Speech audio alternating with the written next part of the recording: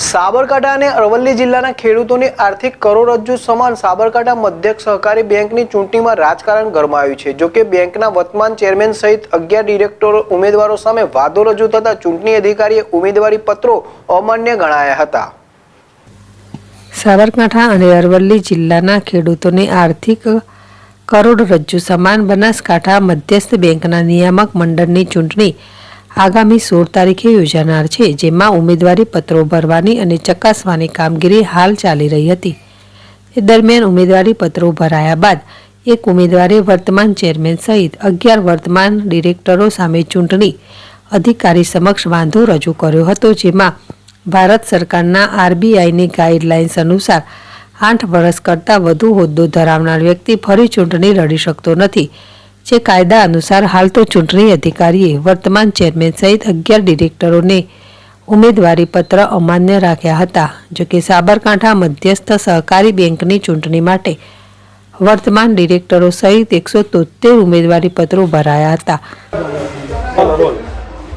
શું કહેશો જે પ્રકારે એક સાથે 12 ડિરેક્ટરોના આજે ઉમેદવારી પત્ર? હું ભારત સરકારનો આભાર માનું છું, કારણ કે ભારત સરકારે એક કાયદો પસાર કરીને આજે જેનો અમલવાર સાબરકાંઠા બેંકમાંથી થઈ રહ્યો છે।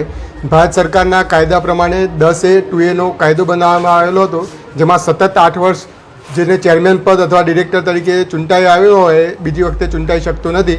એ કાયદાને લઈને હું પ્રાંત કચેરી ચૂંટણી અધિકારી સમક્ષ વાંધો રજૂ કરેલો અને આજે ચૂંટણી અધિકારીએ તમામના ફોર્મ, જેમાં પૂર્વ ધારાસભ્યો પણ છે અને વર્તમાન ચેરમેન હતા એ સહિતના તમામના ફોર્મ રદ કર્યા છે।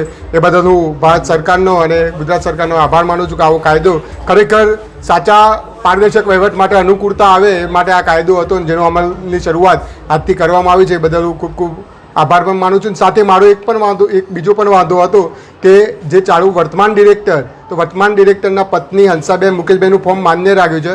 એનો રહેવાસી છે હોસલપુરના અને નાની ડેમાઈમાંથી મંડળીમાંથી એમનું પ્રતિનિધિમાં નામ આપ્યું છે। મેં ગોરવાડા ગ્રામ પંચાયતનું કાગળ પણ આપ્યો હતો અને મામલતદાર સાહેબનો કાગળ પણ આપ્યો હતો કે તે ખેતીની જમીન પણ નાની ડેમાઈમાં ધરાવતા નથી અને ત્યાંના કાયમી રહેવાસી પણ નથી।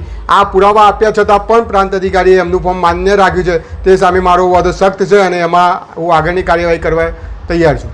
કેટલા ઉમેદવારો હતા ટોટલ 173 ફોર્મ આવ્યા હતા। હવે આ માન્ય રહ્યા પછી કેટલી યાદી કચેરી દ્વારા હજી વકડો આપવામાં આવતું નથી અને બીજો આ હુકમના ઓર્ડર પણ આપવામાં આવ્યા નથી। કેટલા રદ કર્યા?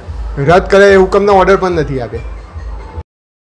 જો કે વાંધો રજૂ થતા વર્તમાન ચેરમેન સહિત 11 ડિરેક્ટરોની ઉમેદવારી રદ થતા હાલ તો સહકારી રાજકારણમાં ગરમાવો આવી ચૂક્યો છે।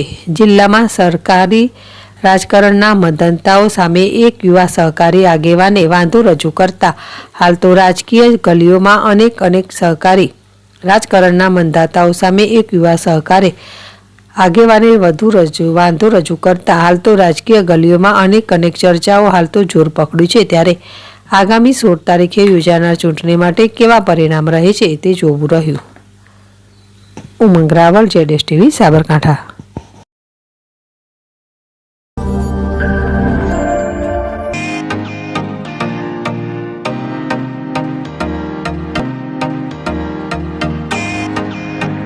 પ્રાંતિજ શહેરમાં ભવ્યાથી ભવ્ય ખુશી બ્યુટી સલૂન અદ્યતન નવી ટેકનોલોજી સુવિધાઓ સાથે સજ્જ અને નવા રંગરૂપમાં આપના સૌંદર્યને નિખારવાનું એકમાત્ર સ્થળ એટલે Khushi beauty salon. Khushi beauty salon ખાતે wax, facial, bleach, eyebrow, mehndi, manicure and pedicure, makeup, hairstyle, hair treatment જેવી અનેક ઉપલબ્ધ સુવિધાઓ મળી રહેશે। લગ્ન પ્રસંગે દુલ્હનને તૈયાર કરવાનો ઓર્ડર પણ લેવામાં આવશે।